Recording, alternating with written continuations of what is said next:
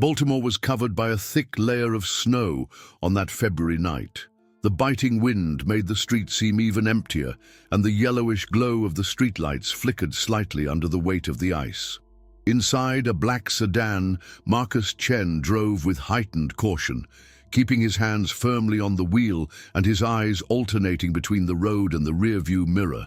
It was a habit he had developed over the years, a subconscious reflex, albeit an annoying one. As president of the Police Oversight Committee and a member of the City Council, Marcus knew better than anyone the statistics about disproportionate police stops. But that night, fatigue spoke louder than any concern. After an intense day filled with meetings and debates over public safety measures, all he wanted was to get home.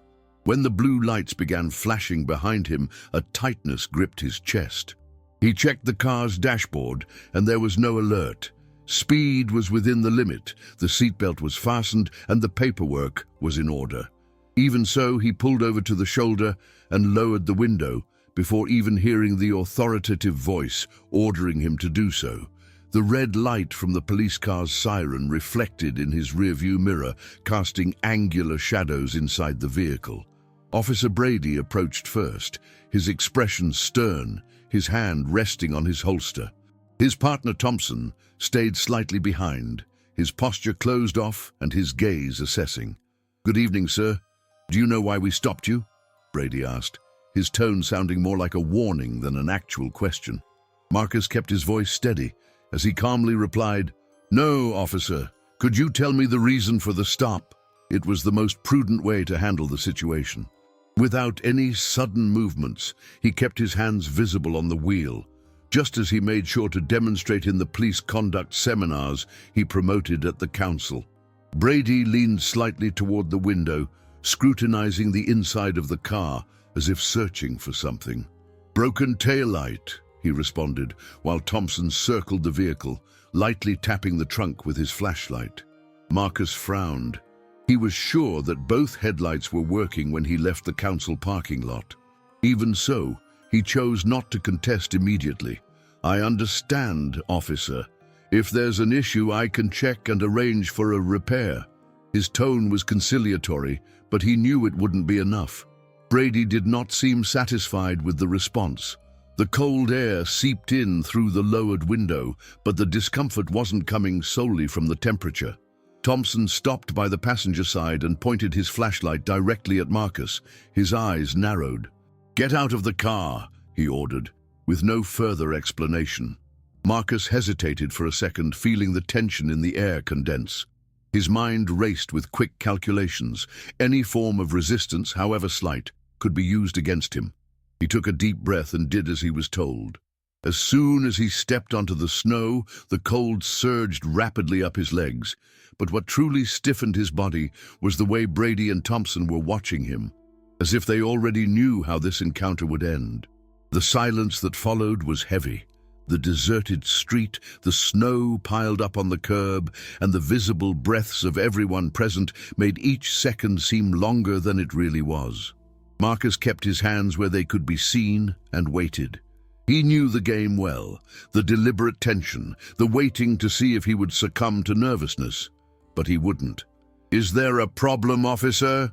he asked, maintaining a controlled voice even as he felt his pulse quicken. Brady gave a sideways smile, a smile that carried no humor at all. "We just want to make sure everything's okay." His response was vague enough to leave no room for contest, but the intention was clear. Thompson, still holding his flashlight, slowly walked around the car, as if scrutinizing a dangerous suspect. Then came the second order, curt and direct.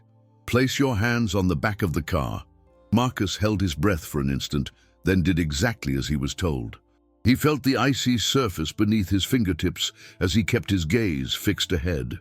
Brady's footsteps approached, and a rough tap on his shoulder forced him to press even closer against the vehicle. "Is there something we should know about?" The question was laden with insinuation, as if they were just waiting for the slightest hesitation to act. Marcus closed his eyes for a brief second, fighting the indignation that boiled within him.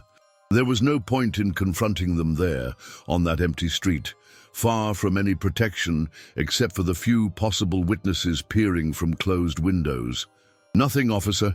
I am completely within the law," he replied, maintaining the composure he so often preached in his seminars on police conduct. Marcus's answer was not enough to ease the tension. Brady and Thompson seemed determined to prolong that moment, as if testing his limits. The biting wind increased the sense of vulnerability, and Marcus could feel the moisture from the snow seeping into the fabric of his shoes. For a moment his eyes scanned the surroundings. The silent street, the few flickering streetlights in the distance, a slight movement behind the curtains of a nearby building. Someone was watching. The realization that there might be witnesses should have brought some relief, but in truth, it only intensified his sense of powerlessness. After all, how many cases like this had been filmed, shared, and discussed with no real consequence for the abusers? It was at that moment that Thompson abruptly broke the silence. "Neil." Marcus blinked, unable to believe what he had just heard. The command was irrational, humiliating, and above all, completely disconnected from the supposed traffic violation. His first instinct was to question, but he restrained himself. He knew that any resistance, however minor, could be interpreted as insubordination. Slowly, he turned his neck to look into the officer's eyes, searching for any semblance of logical justification for the order. He found nothing but a cold gaze, laden with satisfaction. "This isn't procedure," he said, keeping his voice firm yet without raising his tone. Brady crossed his arms, watching the scene as if waiting to see how far Marcus would go. "If you have nothing to hide, what's the problem?" Thompson retorted, stepping forward. The pressure in Marcus's chest increased, the feeling of helplessness now mixed with a growing anger, but he knew he couldn't let it show. The cold seemed to intensify as time passed. Marcus remained motionless, his mind operating at an alarming speed, searching for an escape that wouldn't escalate the situation further. He could feel Brady and Thompson's eyes on him, waiting for any sign of resistance to justify an even more aggressive approach. The snow was accumulating on the waistband of his pants, and the dampness began to freeze his skin beneath the fabric. He knew that if he knelt, if he succumbed to that absurd request, he would be validating the humiliation, allowing the abuse to continue unchecked. But what if he didn't? What if he refused? The answer was obvious. He knew the statistics. He knew how stories like this ended. He didn't have time to decide. A sudden push on his back made him lose his balance for a moment, forcing him to bend his knees so as not to fall face first into the snow. The indignation flared like fire in his chest, but he stifled it with all his might. "This is an abuse of authority," he said, no longer able to disguise his outrage. Brady let out a short, almost amused laugh. "Abuse? We're just making sure you're not a threat." The irony in the officer's voice made Marcus's blood boil. He was not a criminal. He was unarmed. He hadn't even committed a violation.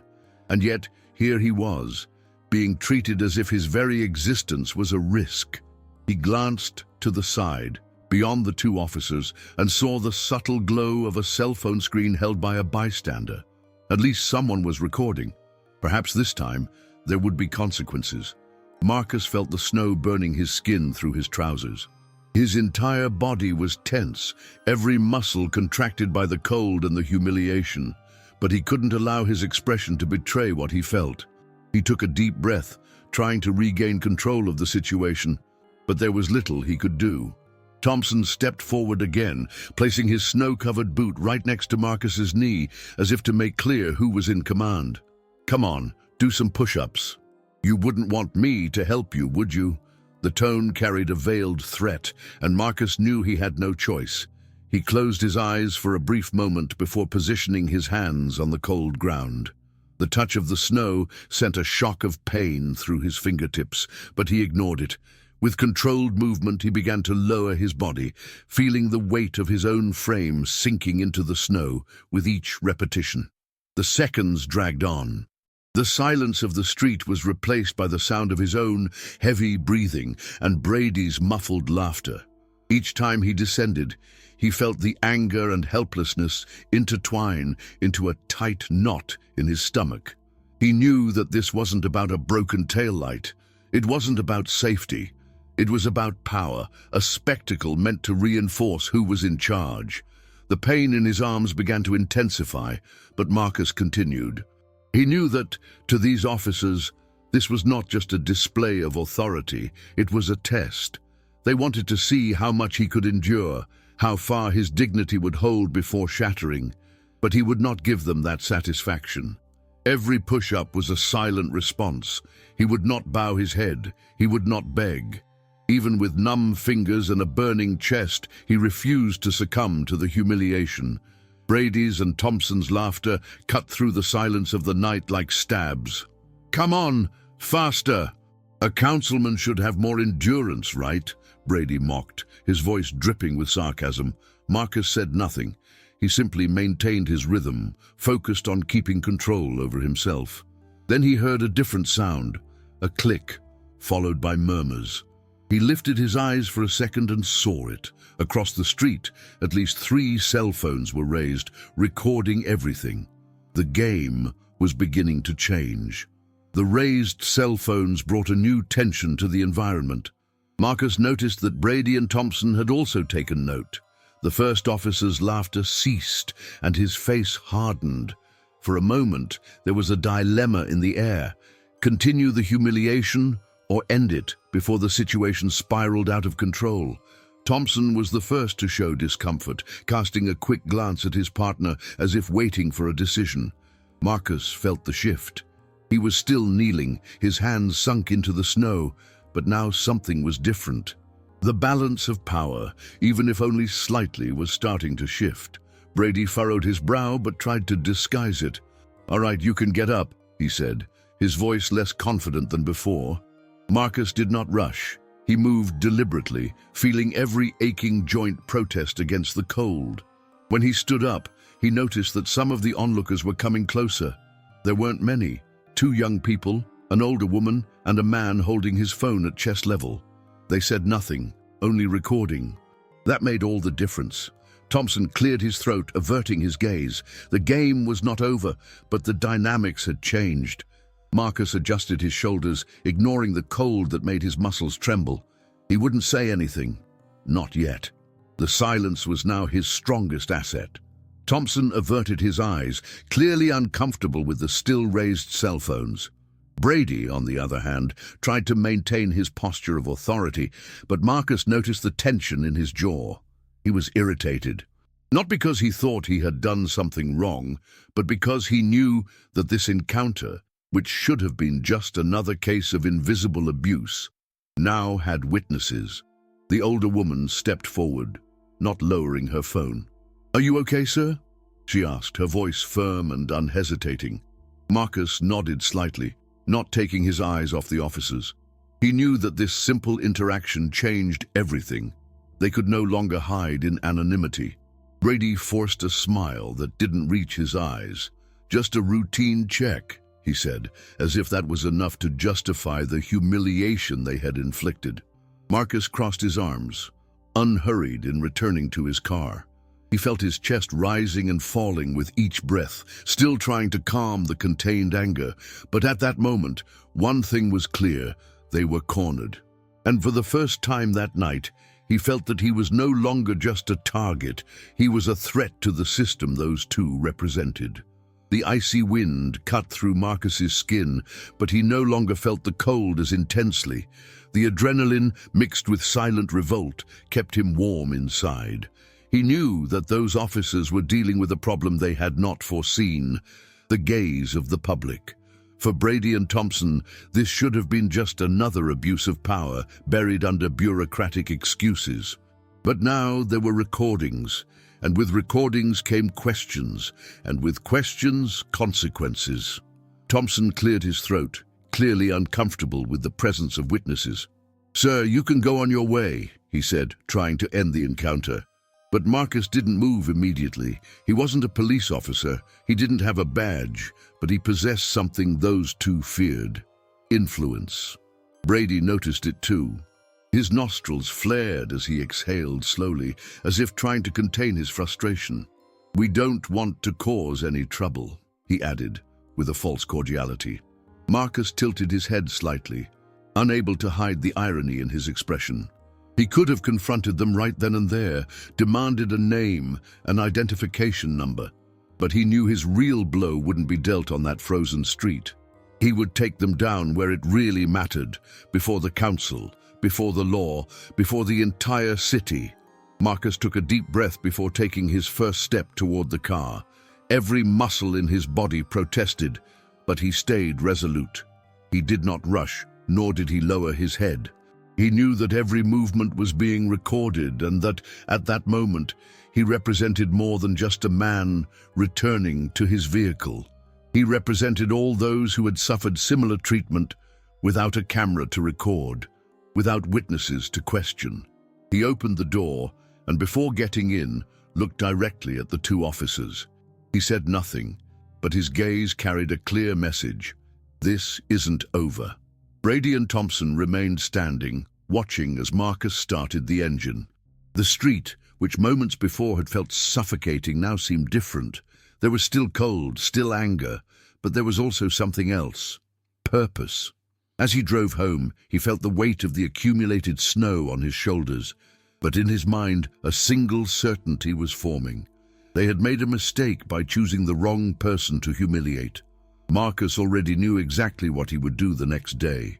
That stop would not be forgotten. It would be exposed.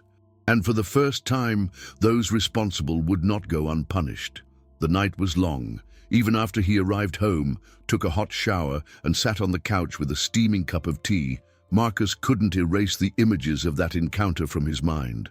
The cold of the snow, the weight of Brady's satisfied look, the humiliation of being forced to kneel for no reason at all. But above all, what kept him awake was the need to transform that anger into something greater. He had dealt with complaints against police before, reading reports, hearing testimonies, analyzing statistics, but he had never been the direct victim. Now he understood the real impact of each of those stories. In the morning, even before the clock struck 7, Marcus was already at the city council building. The video of the stop was already circulating online, shared by outraged citizens. In the corridors of the council, eyes turned toward him, some filled with concern, others with expectation. He walked with determination, shoulders squared, jaw set. That meeting would not be just another bureaucratic discussion on public safety. He had evidence, witnesses, and a platform. This time there would be consequences. In the meeting room, illuminated by fluorescent lights, the atmosphere was tense and expectant. The city council had gathered to address the case that had shocked the community, and Marcus, with all his determination, took the floor.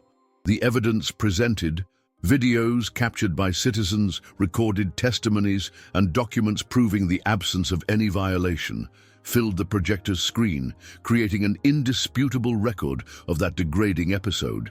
Every slide showed a fragment of reality, revealing the cruelty with which the officers executed their orders on that cold night.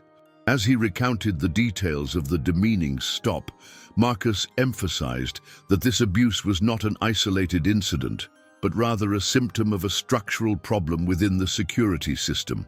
His voice, firm and laden with sorrow, denounced the lack of accountability on the part of the agents and the negligence of the authorities. The council members present expressed surprise and indignation, some taking notes of every word, while others exchanged worried glances, aware that justice needed to be restored. The narrative was not just a complaint, it was a call to action, so that society would no longer accept injustice and that concrete measures would be adopted in favor of transparency and respect for citizens' rights. Every detail, every piece of evidence presented served to reinforce the urgency of a reform that could prevent similar episodes in the future. After the meeting, the impact of Marcus's presentation reverberated throughout the city. Social media buzzed with accounts of the incident, and the public pressure was so intense that the officers involved were immediately suspended, while a rigorous investigation was launched.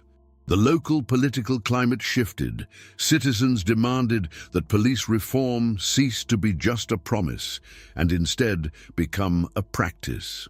In the following days, debates and new meetings marked the scene, and Marcus's determination to seek justice came to be seen as a symbol of resistance and courage. He became an example for many who had long felt oppressed by a flawed and inhumane system. The news transcended the city's borders, inspiring other localities to reevaluate their own oversight and control mechanisms. The strength of the account not only exposed the abuse of power, but also evidenced the potential of the union between citizens and authorities to build a more just and transparent society. As the investigation unfolded, community bonds strengthened, and the hope for a future based on accountability and mutual respect took on new contours. That cold, humiliating night had transformed into a turning point, marking the beginning of a new era where justice and transparency would cease to be distant ideals and become tangible actions in everyone's daily life. At the dawn that followed that historic meeting, the city of Baltimore awoke with a different air, filled with hope and also with challenges. In his office at the City Council, Marcus meticulously reviewed the reports and testimonies that corroborated the severity of the case, feeling the weight of responsibility, but also the satisfaction of seeing his courage transform the local landscape. The early hours of the day brought with them a storm of reactions. On social media, messages of support and reports of similar cases mixed with heated debates, while the local press dedicated entire headlines to narrating the episode and the changes that were coming. The citizens, once silenced by fear and impunity, found in that documented account and in Marcus's steadfast posture a new reason to demand respect and transparency. In neighborhood corridors, community leaders and residents discussed the next steps with unprecedented conviction, affirming that that episode would no longer be buried under bureaucratic justifications. Every word, every piece of evidence presented resonated like a call to action, encouraging the population to unite in favor of profound reform. Meanwhile, Marcus, though exhausted, did not allow himself to relax. He knew that this was only the first step of a long journey toward transforming the system. The timid light of dawn illuminated both the icy streets and the attentive faces of those who, for the first time, believed in a future built on respect for human rights. The morning cold served as a reminder that the difficulties were real, but it also reinforced the collective determination to change the reality. In that atmosphere charged with expectation, the prevailing feeling was that each citizen now had the responsibility to keep the flame of justice alive, making truth and transparency the pillars of a new era in Baltimore. As the day advanced, the unfolding of the announced changes became increasingly apparent, creating a movement that seemed to permeate every corner of the city. Marcus, immersed in meetings and debates, became a reference point for everyone who wanted to see justice prevail. In each gathering, he reiterated the urgency of implementing reforms that would guarantee the mandatory use of body cameras, rigorous civilian oversight of investigations, and intensive training that prioritized conflict de-escalation. The new guidelines, although met with resistance from sectors defending old practices, gained momentum with every report of abuse that surfaced, with every testimony that confirmed the need for change. Amid this intense activity, Marcus dedicated part of his time to visiting neighborhoods and talking directly with residents, listening to the pains and hopes of those who had long felt abandoned by the security system. This approach brought him even closer to the community, transforming him not only into a politician, but into a true social mediator, committed to defending rights and human dignity. Gradually, Baltimore began to rebuild itself, not immediately, but with firm and determined steps that promised to break down barriers and establish a culture of respect and accountability. Amid the heated discussions and efforts to consolidate the reforms, The city experienced a sense of renewal where every citizen understood that change, no matter how arduous, was a collective achievement. That day marked the beginning of a new phase, in which the past humiliations would be transformed into learning and a legacy of struggle for justice and transparency. In the days that followed that historic meeting, the city of Baltimore began to breathe a new air. Marcus, now recognized as a symbol of resistance and change, saw his work reverberate in every corner of the community. The streets, once silent and resigned, filled with fervent conversations. On every corner, citizens exchanged opinions on the need for a fairer and more transparent system. Colorful murals appeared on building walls, bearing messages that exalted the courage to speak out and the importance of citizen oversight. In community centers, groups organized to monitor the reforms, and the pressure on the oversight bodies intensified steadily. The interviews Marcus gave to the press were filled with a calm determination, never losing sight of the urgency to correct the abuses that for so long had gone unnoticed. The atmosphere of hope blended with a collective awareness that the fight for rights did not end with a single victory, but continued in daily vigilance and the demand for transparency. Every old testimony, every record of abuse gained new strength by joining a movement that no longer tolerated injustice. The dialogue between authorities and citizens, once timid and restrained, transformed into a heated and constructive debate where change was discussed with realism and a sense of urgency. Marcus observed with an attentive and serene gaze how the population mobilized to preserve the gains achieved, aware that this was only the beginning of a necessary and profound transformation.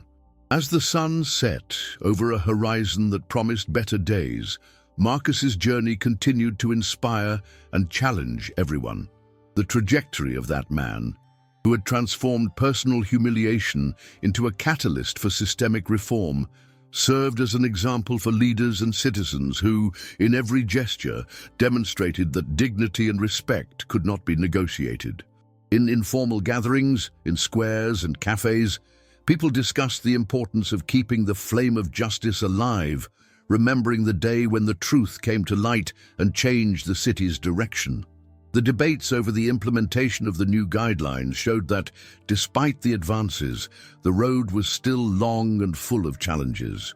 Marcus knew that even with the dismissal of the involved officers and the launch of intensive training programs, continuous effort would be needed to prevent old habits from returning. Change, he learned, depended on the collective courage to confront past failures and to build together a future where power no longer subjugated individual rights. And so, on that afternoon that stretched with promises of renewal, the legacy of a cold night and an unjust stop solidified into an unbreakable commitment to justice and transparency. After concluding the meeting at the City Council, Marcus left the building with a mix of relief and determination.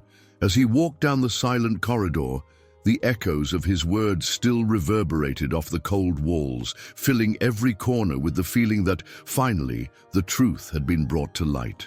His firm steps reflected the conviction that the fight for justice was only beginning, and every document collected, every testimony recorded, represented a small victory against the oppression so many had suffered. On the snow-covered sidewalks, the sound of his footsteps mingled with the murmur of citizens who, even from afar, had begun to sense that something important was happening. The faces that appeared in shop windows and on the streets showed attentive, hopeful looks, as if that transformation were the answer to years of silence and fear. Marcus carried within him the weight of responsibility, but also the lightness of knowing that collective indignation was transforming into energy for change. He recalled every moment of the humiliation he had suffered, the cold gaze of the officers, the feeling of powerlessness, and the pain that still pulsed in his muscles. And in each memory he found renewed motivation to fight against the system's injustices. The corridors of the council, once dominated by the mechanical routine of meetings, now pulsed with an almost tangible energy, where every spoken word had the power to transform realities. The determination reflected in his eyes demonstrated not only the fatigue of the day, but the certainty that this confrontation, seemingly singular, would be the turning point for a historically inflexible and inhumane system. With every step, the corridor transformed into a passage to a new era, where justice, once dormant, began to awaken with the force of exposed truth. Thus, as the night gave way to a silent dawn, Marcus felt that the path to transformation was paved with the courage to stand up and with the power of unity among citizens.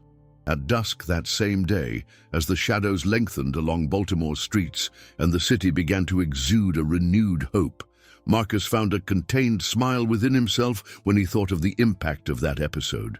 Even exhausted, he sensed that every gesture of that day would profoundly mark the future of public safety in the city.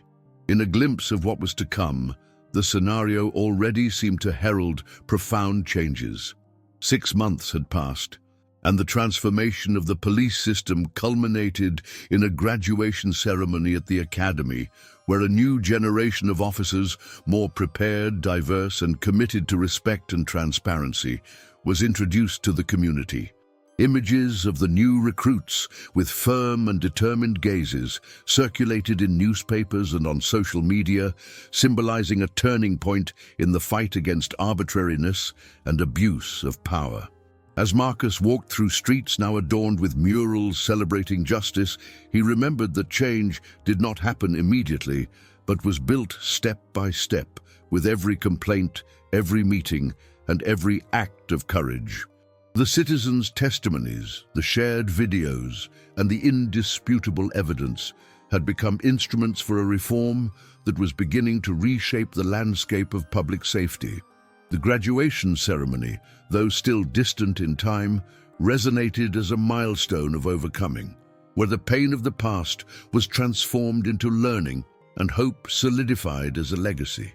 Amid the tranquility of the evening, as the city lights turned on, Marcus felt that the struggle for justice had left an indelible mark, a path paved with truth, courage, and determination to turn the impossible into reality. That hope, emerging even in the face of adversity, was proof that every act of integrity could change the fate of an entire community. The day of the graduation ceremony at the police academy dawned with a clear sky, interrupted only by the timid shine of the sun reflecting on the still wet winter streets. Marcus, seated in the first row, watched intently as the new recruits lined up on the stage. Each of those young men and women carried not only the weight of their uniform, but the responsibility of representing a new era in the city's policing. The atmosphere was solemn, yet there was a distinct energy in the air, something that hadn't been seen in years. In the recruits' eyes, there was no arrogance or complacency, only respect and commitment. In the audience, city council members, community leaders, and ordinary citizens watched expectantly, knowing that this moment was the result of months of struggle, pressure, and structural reforms that had only been possible because an injustice was exposed. For Marcus, this was not just an official event, it was the fulfillment of a promise. He saw in it a future where men like Brady and Thompson would no longer have a place, where the uniform would no longer be used as an instrument of oppression, but as a symbol of real protection. When the academy director stepped onto the stage to begin his speech, silence fell over the auditorium. He recalled the challenges faced in recent months and the need for constant vigilance so that the changes would not be merely temporary. Marcus listened intently, absorbing every word, but his mind kept returning to that freezing night in Baltimore, to the feel of the snow against his hands, to the satisfied look of the officers who had tried to reduce him to nothing. Time had not erased those images, but he realized that, instead of being scars, they had become fuel. What was once mere outrage had transformed into something greater, a purpose. The auditorium erupted in applause as the new officers took their oath, and in that moment, Marcus felt a weight lift. The work was not yet over. There would always be resistance, challenges, and attempts to regress. But now he knew he was not alone. The city had awakened. And as he saw the recruits cast one last glance at the audience before leaving the stage, he was sure that the fight had been worth it. When the ceremony ended, Marcus remained seated for a few moments, absorbing the significance of the occasion. The auditorium began to empty, but he wasn't in a hurry to leave. Outside, the city continued its rhythm, and the snow gathered in the corners of the sidewalks still recalled the difficult days that had brought him here. He knew that this graduation was not the end of his struggle, but a new beginning. Real change does not happen overnight, and old structures are not dismantled by speeches and reforms alone. It would require constant vigilance, continuous pressure, and the assurance that each of those new officers fully understood the importance of what they were about to do.